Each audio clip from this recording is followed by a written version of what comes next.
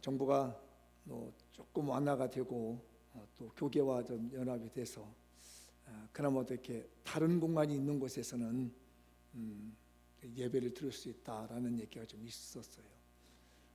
여러분들 여론을 그 매스컴을 통해서 들으셨겠지만 300명 얘기하시는 분들이 있어요. 그러니까 이 공간이 300명이 앉을 수 있는 공간이면 50명까지 와서 이렇게 예배원들 앉을 수 있다, 이런 얘기였어요. 근데 우리 교회는 300명을 앉을 수 있는 공간이 아니기 때문에 기존대로 그냥 20명 그대로 하시고, 그 대신 이제 좀 달라진 게 교회 공간 내에 다른 공간이 있다면 한 20명 정도 또 그 공간이 있는 만큼 들을 수 있다. 이래서 저희 교회도 지하도 생각해 봤는데, 지하까지 우리가 들으면 어느 정도 더 오실 수 있는데 너무 위험한 것 같아, 밀폐돼 있어가지고. 그래서 가슴 아프지만 그냥 지하는 그냥 포기했고, 그래도 이제 교육관은 문 열어놓고 이렇게 앉으니까 한 10서너 명 정도는 이렇게 뛰어서 앉을 수 있겠더라고요. 그렇게 되었습니다. 빨리 오히려도 빨리 해제돼서 모두가 나와서 예배 드릴 수 있도록 여러분 힘써 기도해 주시면 고맙겠습니다. 아프리카에 선교로 나가셨던 그 선교사님에게 어떤 분이 질문했다고 그래요. 선교사님, 당신은 이 선교가 아주 좋고 즐겁고 기뻐서 하시지요? 그랬습니다. 그랬더니 의외의 대답이 나와서 선교사님이, 아니요, 저는 이거 하나도 즐겁지 않습니다. 기쁘지 않습니다. 우리 아내나 우리 가족들이나 이 냄새나는 거 정말 싫어합니다. 이렇게 좋지 않는 환경, 잠자리도 편치 않은 이 환경 정말 싫습니다. 저는 좋아서 하는 게 아닙니다. 내가 기뻐서 하는 건 아닙니다. 그러나 나를 위해서 죽어주신 그 예수님의 십자가의 사랑이 나를 감동했고, 예수님께서 나를 위해서 죽어주신 예수님께서 선교를 하라 하니까 내가 사명 감당하는 마음으로 이 선교를 하고 있습니다 라고 답변을 하는 글을 제가 봤어요. 저도 공감했습니다. 물론 기뻐서 좋아서 하시면 너무 좋겠죠. 우리가 주일 하는 일, 어떤 일 하는 일에서 좋아서 하고 기뻐서 하면 너무 좋지요. 그러나 그렇지 않을 때도 있다라는 얘기입니다. 그렇지만 선교는 사명입니다. 그렇지만 선교는 생명입니다. 내가 좋아서 하고 하기 싫으면 안 하고 기쁘면 하고 기분 나쁘면 안 하는 게 선교가 아니고, 좋든 싫든 기쁘든 나쁘든 어떻든 간에 우리 주님의 사명이기 때문에, 우리 주님의 십자가에서 못 박혀 죽으시고 부활하신 다음에 승천하시면서 마지막으로 우리에게 주신 사명이 지상 명령이랍니다. 가장 큰 명령. 그거기 때문에 우리가 사명을 감당하고 있는 줄 믿습니다. 제가 자라났던 모교회가 있습니다. 어머니 교회가 있습니다. 전라북도 고창군 부안면에 소재하고 있는 오산교회라고 하는 교회입니다. 이제 2년만 있으면 저희 교회를 설립한 지가 죄송합니다, 110년이 됩니다. 얼마 전에, 몇 년 전에 가서 100주년 기념한다고 해서 제가 가서 또 축사도 하고 인사를 나눴던데 또 연락이 왔어요. 2년 후에 저희들 또 110주년 기념 예배를 드립니다라고 하더라고요.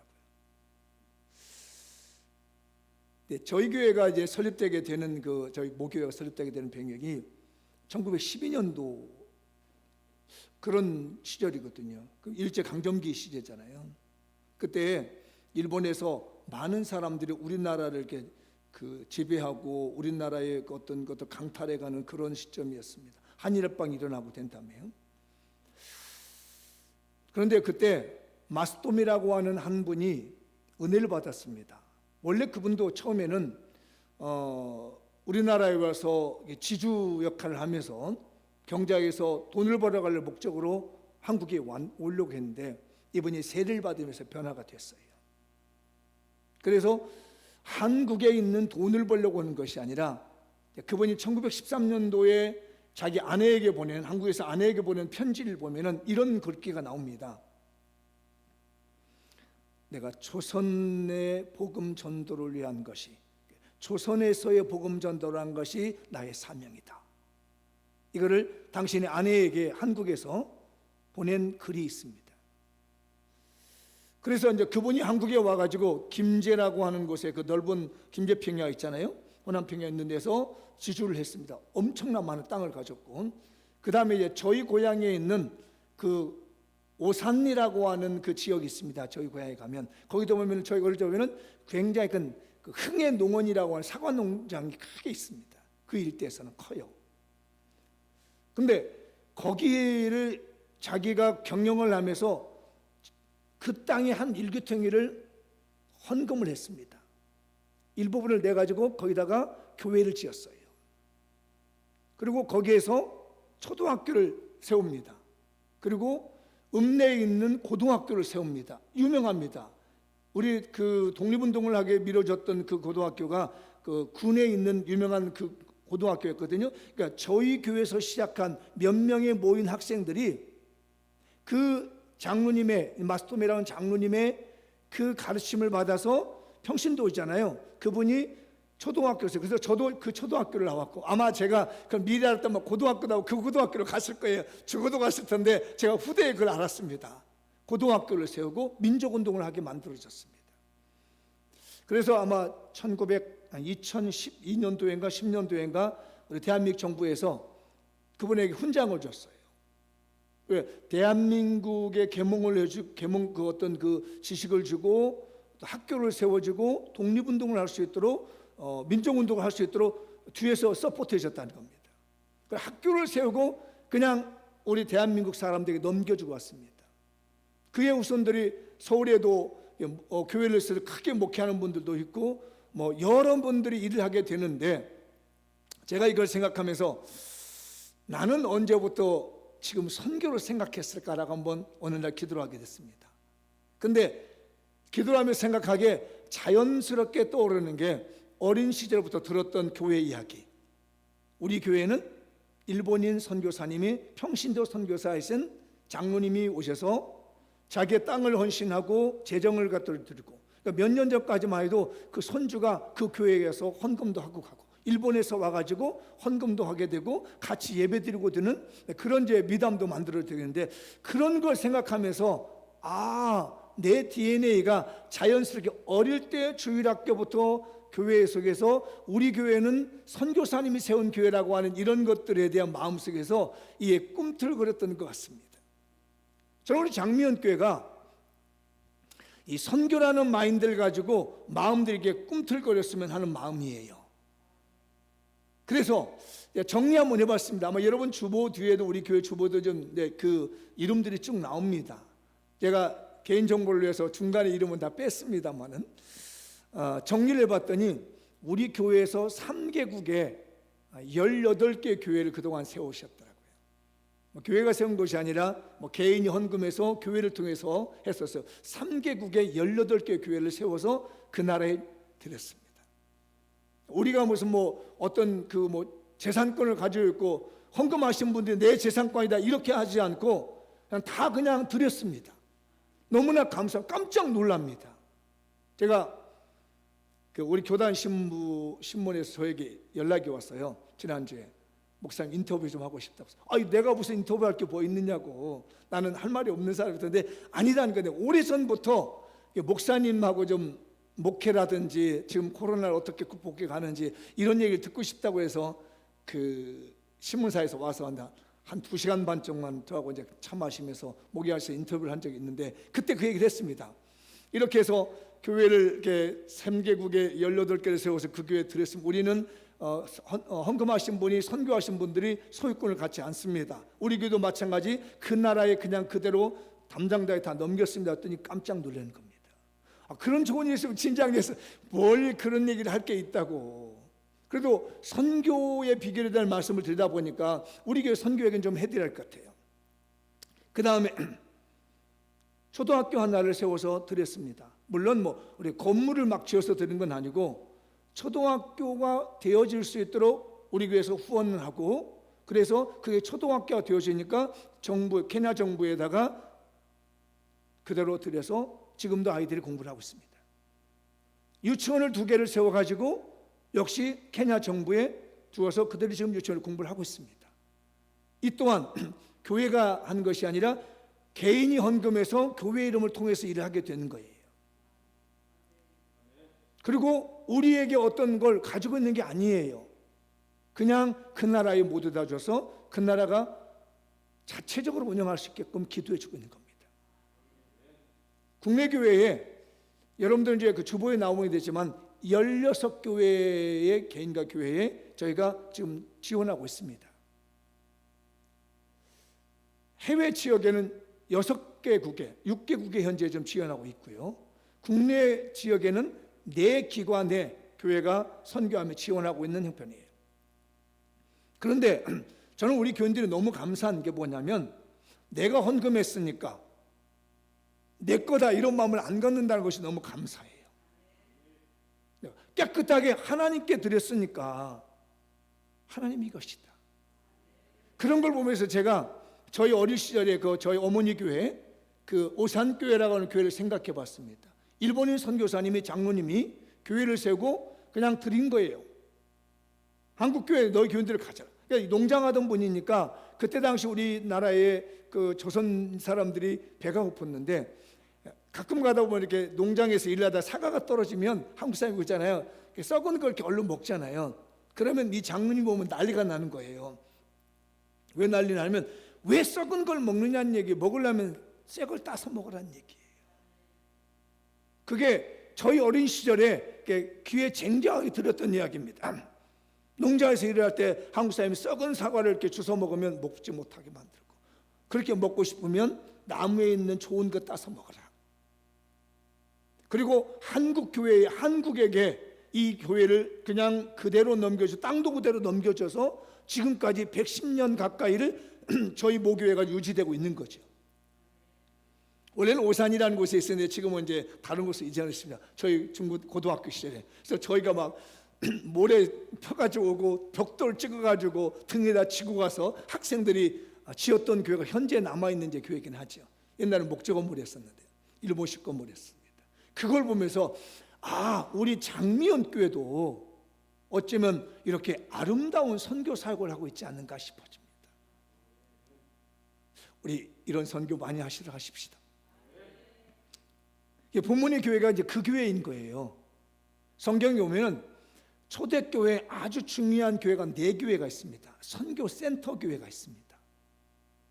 선교 중심의 교회가 있는데 하나는 최초의 교회는 예루살렘 교회. 그래서 예루살렘에서 교회가 시작돼요. 그래가지고 이 예루살렘의 교회가 점점 발전해가지고 어디로 넘어가냐면 수리아죠. 수리아 안디옥으로 갑니다. 2번째 교회 안디옥 교회. 그게 오늘 본문에 나와 있는 안디옥 교회죠. 여기서 최초로 선교사님을 파송합니다. 이방 선교사. 그러니까 우리의 세계 선교 역사 중에 가장 먼저 이방인의 선교사를 파송한 교회가 안디옥 교회예요. 그때 파송된 선교사가 누구냐면 바나바와 바울이라고 하는, 사울이라고 하는 이 2 사람이 선교사를 파송되는 게 본문입니다. 그 다음에 3번째 센터 교회가 어디냐면 소아시아죠. 터키죠. 터키 에베소 교회입니다. 에베소 교회가 터키 지역에 있는 이 소아시아 지역을 전부 커버하면서 센터 역할을 해줬어요. 그리고 4번째 교회가 마케도니아에 있는 고린도 교회입니다. 바울이 여기서 1년 6개월 동안 머물면서 센터 역할을 합니다. 그래서 성경의 초대교회의 이 4교회는 선교 센터 교회와 같은 거예요. 제가 아주 오래전에 그런 설교를 했습니다. 우리 교회가 인천에 있는 것이 너무 중요해요. 인천공항 만들어지기 전의 얘기입니다. 제가 예전에 한번 말씀드렸죠. 제가 우리 장미연교를 놓고 그때는 이제 베델교회 제 이름이요 기도를 하는데 저에게 환상이 보였습니다. 그러면서 우리 장미연 교회가 세계 선교 부분의 센터 역할을 한다. 그러면서 야 빨리 너 돈 있는 사람들한테 얘기를 해서 이거 설교 나가도 되나 몰라? 빨리 섬 사라 섬 사. 그때가 1997년인가 8년인가 되는 겁니다.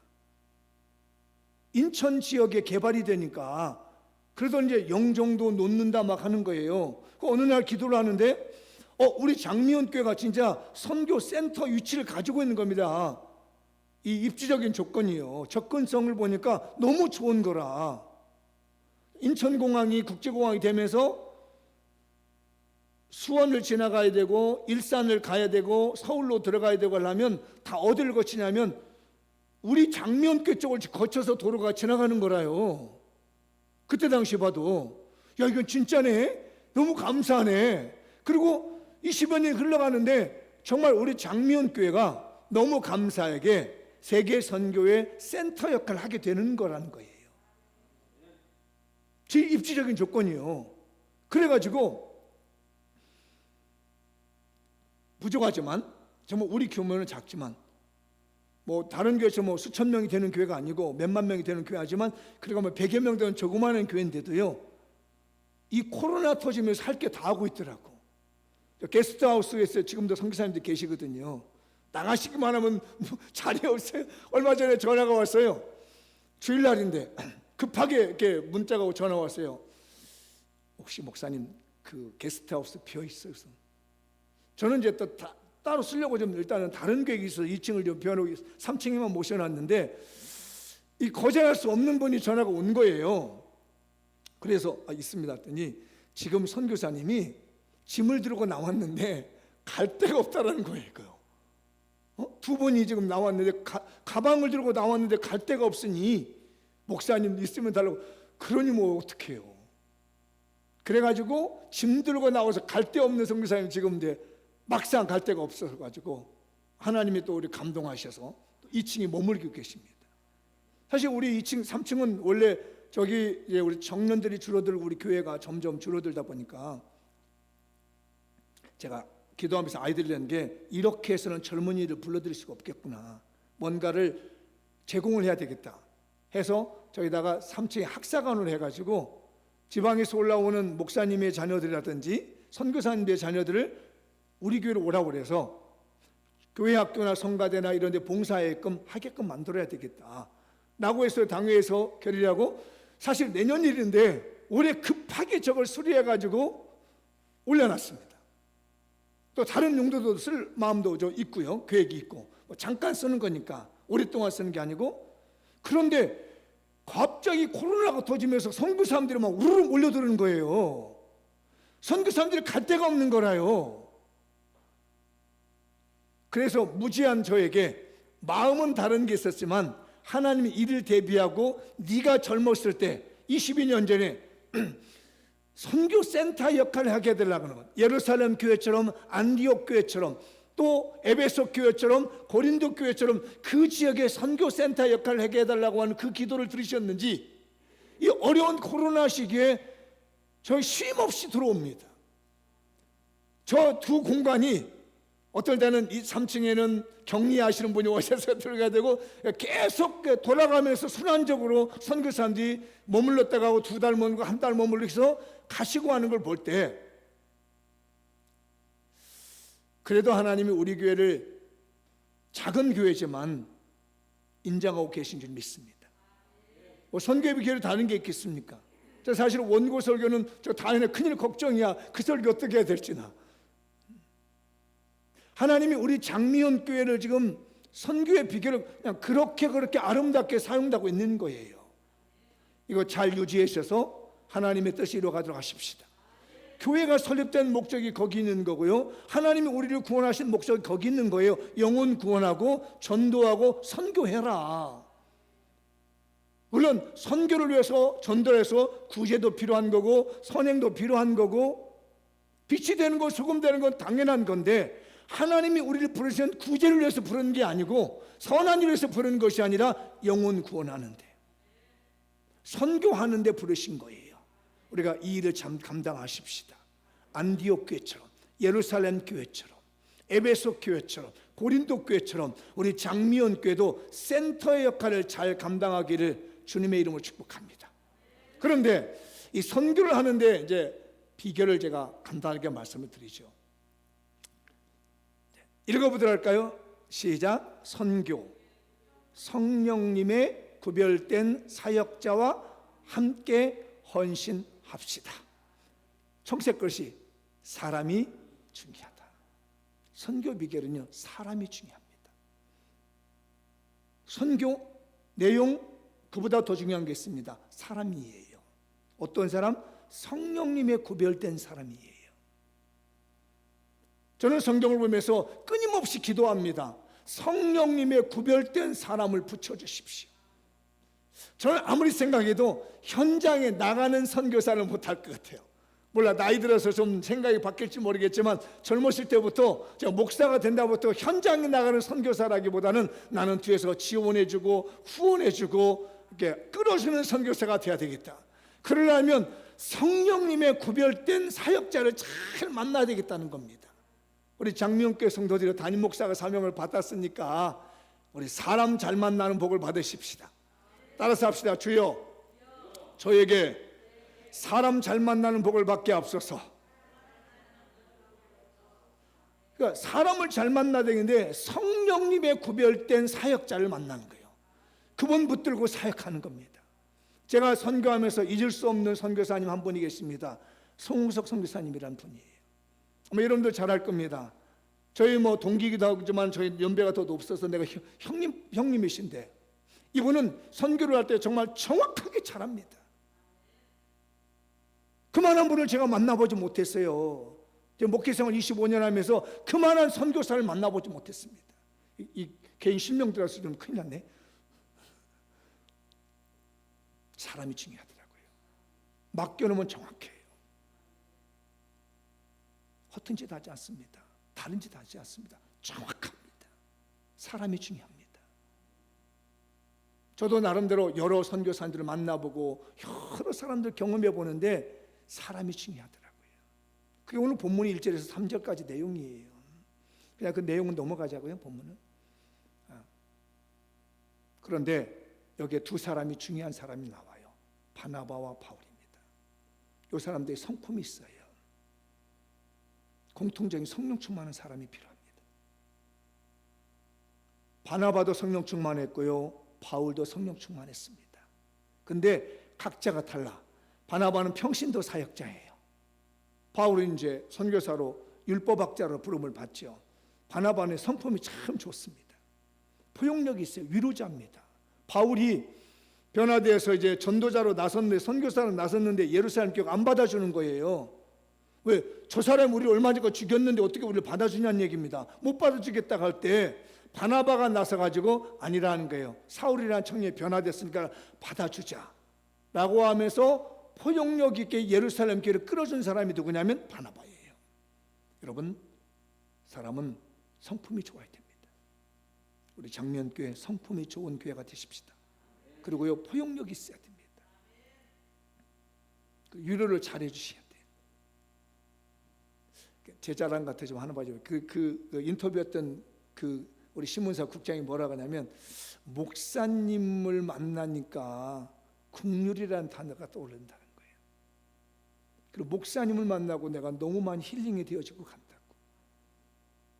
내가 31년 동안 이 업계에서 일을 했는데 내가 목사님 힘들 때 있고 목사님 만나니까 너무 힐링되어지고 내가 느낀다고. 여러분, 성품이 좋아야 됩니다. 포용력이 좀 있어야 되고요. 위로자가 되어서 그 사람을 우리 붙잡는 거예요. 그 사람이 선교사예요. 바울은 어떠냐? 굉장히 엄격한 사람입니다. 율법주의자일까요? 열정이 뛰어난, 오죽했으면 자기와 어떤 견해가 다르니까 다 잡아주기로 쫓아다녔잖아요.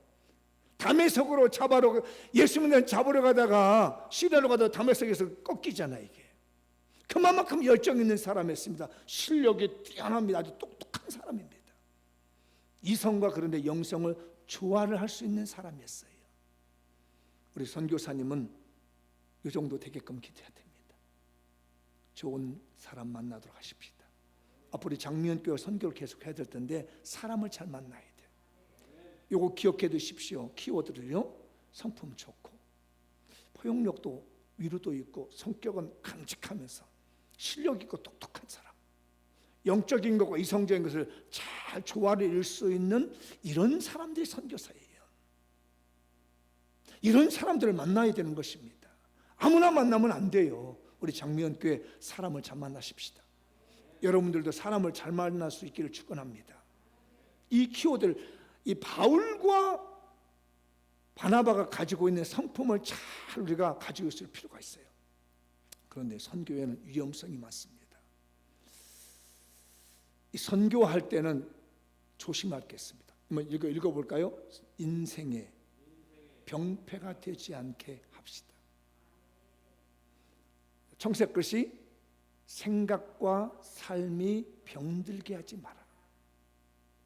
선교, 이건 이제 선교사님들 얘기를 하는 겁니다. 이 선교사님으로 헌신하는 사람들이 그런 경우들이 있습니다. 제가 우리 청년들을 바라보고 나이 드신 분들 보면, 선교한다는 들 보면은 때로는 병들어 있는 걸 보게 됩니다. 어디 선교단체에 가서 훈련받고 오면 예배상을 본교에서 잘 안 합니다. 그리고 담임 목사님 말을 안 듣습니다. 자기들끼리 모여가지고요, 공동체끼리 모여서 예배드리고요, 거기 지도자나 그 창시자의 말에 꽂혀가지고 말이에요, 담임 목사 험담하고 있고 기존 교회에 있는 목사님도 험담하고 있고요, 절대 교회를 들어오지 않습니다. 아니, 어릴 때부터 주일학교 때부터 중고등부 청년부까지 잘 가르쳐준 교회하고 등지는 거예요. 어느 날 말 안 듣는 겁니다. 그렇게 순종 잘하던 아이들이 어디 선교단체 가가지고 배워온 다음에는 말을 안 들어, 교회 봉사를 안 해, 교회 헌신을 안 해. 그리고 자기들끼리 뭉쳐가지고 뭘 한다는 거예요. 그리고 돈도 안 벌어요. 왜? 선교 나가야 되니까. 선교사도 아니고 뭐 단기 선교 나간다 그래서 돈도 제대로 안 벌어. 어디 가서 임시적으로 좀 있다가 돈 벌으면 선교 나간다고 나가.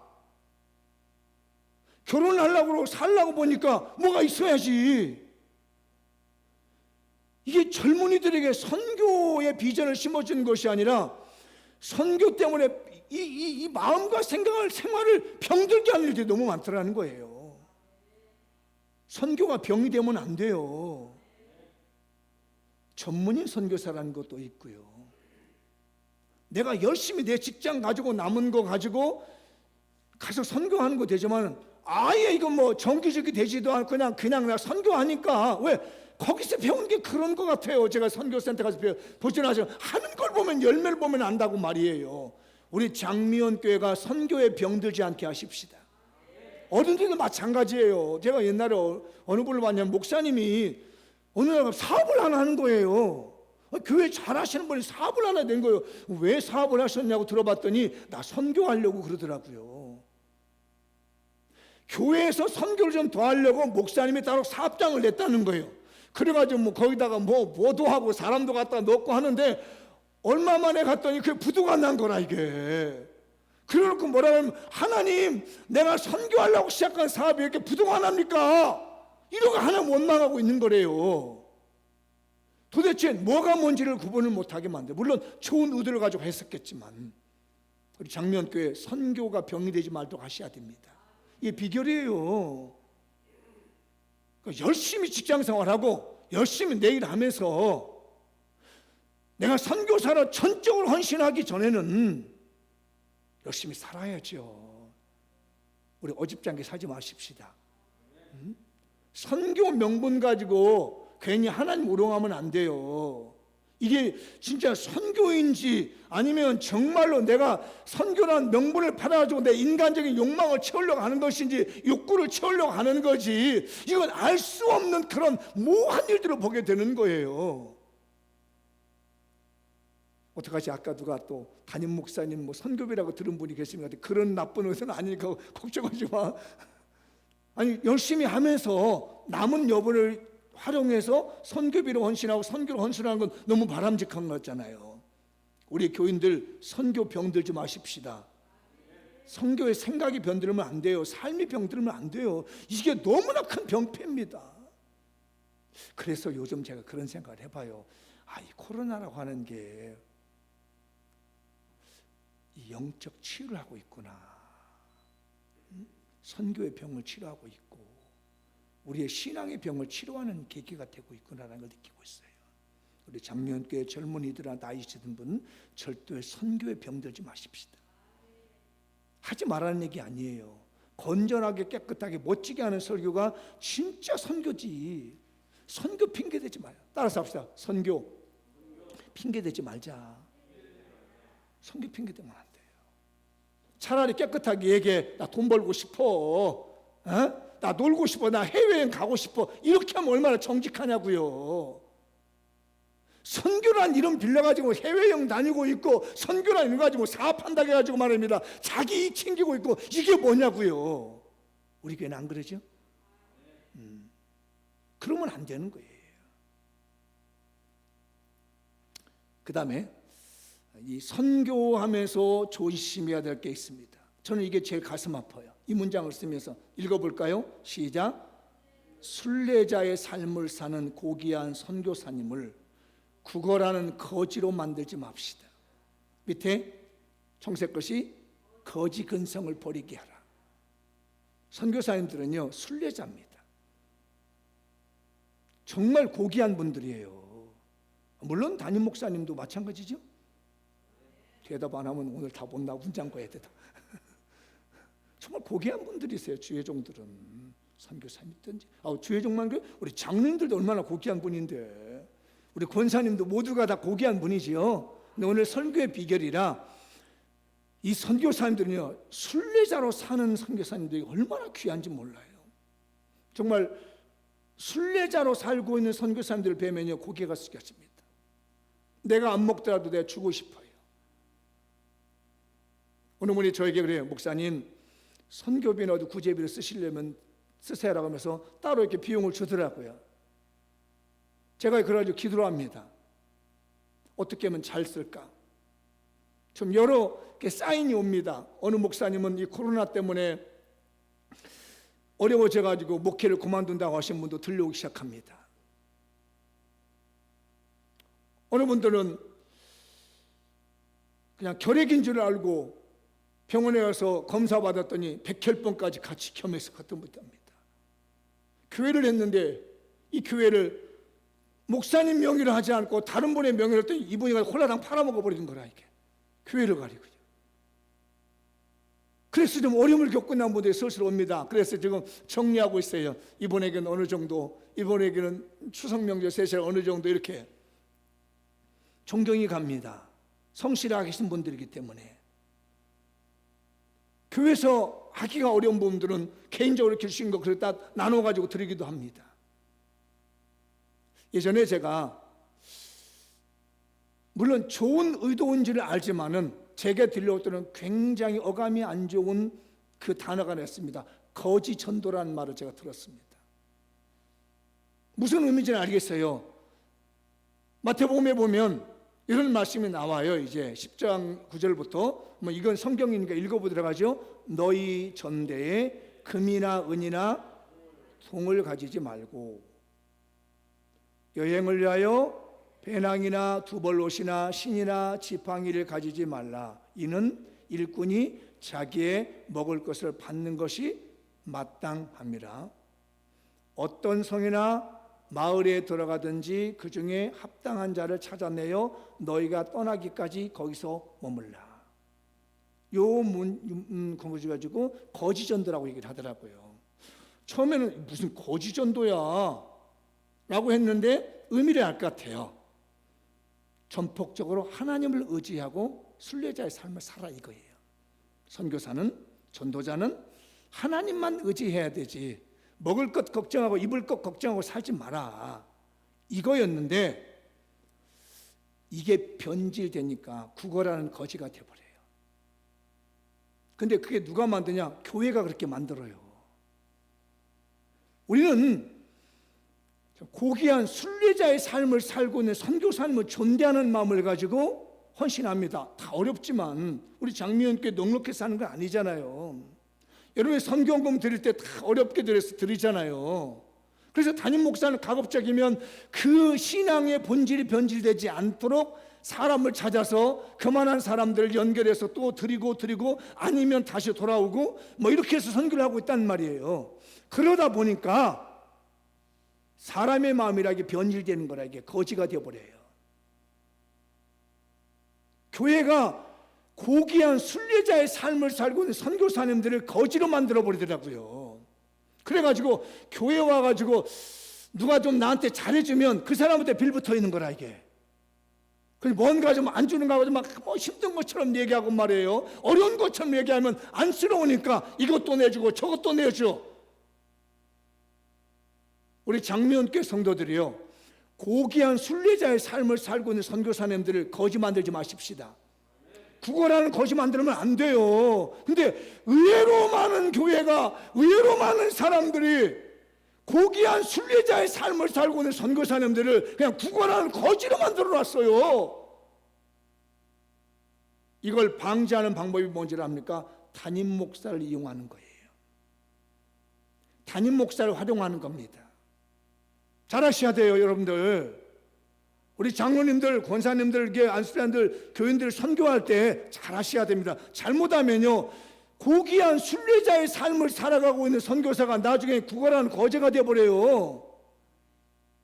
사람이기 때문에 그런 거란 말입니다. 안수집사님이 안타까운 마음으로 이렇게 선교비를 주었습니다. 그분이 너무나 안쓰러우니까 개인적으로 받았어요. 그리고 담임 목사도 얘기하지 않습니다. 관리가 안 돼. 그러면 또 어려우면 연락을 합니다. 나 어려워 집사님. 선하니까 또 갖다 주는 거라 이거요. 그렇게 해서 터진 교회들도 많아요. 제가 목회 생활에 은은하는 겁니다. 목사님 제 마음에 감동이 되는데 어떻게 하면 좋을까요? 그러니까 우리 성도들이 보는 눈하고 담임 목사가 보고 있는 눈이 달라요. 그걸 조정한다는 겁니다. 거룩한 순례자의 고귀한 삶을 사는 건지 구걸하는 거지의 삶을 살아가는지는 보인단 말이에요. 이거를 우리 장미연교회요, 선교하려면 고귀한 순례자의 삶을 살고 있는 이 거룩한 선교사님들을 절대로 구걸하는 거지로 만들지 않는 교회가 됐으면 좋겠어요. 우리 책임이 커요. 그분들의 책임이 있는 것도 있지만요, 우리의 책임도 있습니다. 이걸 분별하고 이걸 깨우쳐가지고 해야 되는데 그러지 못한 일이 너무 많다 보니까 선교가 제대로 안 되고요, 가서 엉뚱한 일을 합니다. 선교 현장 가서 엉뚱한 일을 한 겁니다. 뭐 다 그렇지는 않습니다. 해외에서 선교도 어려우면 국내 교회를 한번 싹 돌고 옵니다. 그래서 뭐 하나 하는 거예요. 이거 본교회에서는, 한국교회에서는 먹을 것 안 먹고 쓸 것 안 써서 모아서 주었더니 화롭게 사는 거예요. 다 그런 건 아니지만 일부 그럴 수 있는 일들이, 병들이 생길 수 있다는 얘기예요. 그래서 선교는 기억해야 됩니다. 절대로 이 순례자의 삶을 살고 있는 고귀한 선교사님들을 구걸하는 거지로 만들지 말아야 되는 게 큰 비결인 거예요. 그러려면 담임 목사를 활용해라. 1:1로 연결하지 마세요. 가급적이면. 그게 병이 될 수 있어요. 사람이기 때문에요. 담임 목사 한 통화 가면 쉽잖아요. 교인들한테 말하는 게 쉬워요. 담임 목사는 어렵거든 말하기가요. 왜? 조절하고 다 하니까. 그냥 바로 연결해버리는 거예요. 그래서 망가지는 선교사가 많고요. 그래서 하나님의 거룩한 순례자의 삶을 살고 있는 고귀한 선교사님들이 나중에 그냥 구걸하는 이 거지로 그냥 전락해가지고 말이에요, 전전긍긍하고 있고, 누가 좀 더 많이 후원 안 해주나, 누가 좀 나에게 도움을 더 안 주나, 이렇게 변질되어 버리면 안 된다는 겁니다. 그분들의 잘못이 아니라 우리의 잘못이라는 거예요. 우리 교회에 잘 깨달아서 관리 잘하도록 하십시다. 마무리 한번 줘볼까요? 읽어보도록 하시죠. 시작. 선교의 비결. 선교는 성령님의 구별된 사역자와 함께 헌신합니다. 사람이 중요합니다. 사람이 중요해요. 바울과 바나바 같은 사람이 중요해요. 성품과 능력이 있어야 됩니다. 그 다음에 선교가 인생의 병폐가 되지 않도록 선교사님의 생각과 삶이 병들게 하지 말아야 됩니다. 마지막 하나 더 있어요. 순례자의 삶을 사는 고귀한 선교사님을 구걸하는 거지로 만들지 말 것이며 거지 근성을 버리게 해야 됩니다. 장미연교회가 주님의 지상명령인 선교의 사명을 잘 수행하는 순결한 교회가 됩시다. 마지막 52가지 신앙 비결의 38번째 비결, 선교의 비결을 실천합시다. 우리 교회 선교에서 자손만대로 하나님의 상을 받고 축복 안에 거하는 장미원교회가 되시길 주님의 이름으로 축복합니다. 다 같이 자리에 하셔서 오늘 말씀 붙들고 힘차게 기도하겠습니다. 다 같이 기도합니다. 은혜가 많으신 아버지, 오늘 선교의 비결을 가르쳐 주시고 은혜 주심을 감사합니다. 성령 하나님 은혜와 축복이 임하게 해주시고 주님의 복이 넘치며 선교하는 데 큰 힘이 되고 능력과 축복과 은혜가 흘러 넘치는 복된 역사가 일어나게 해 주옵소서. 아버지여, 우리가 선교의 비결을 잘 실천하여 복된 교회 삶이 가정과 사업장 되게 해 주옵소서. 예수님 이름으로 기도합나이다. 아멘. 3장 찬송 드리고 축도 예배를 마칩니다.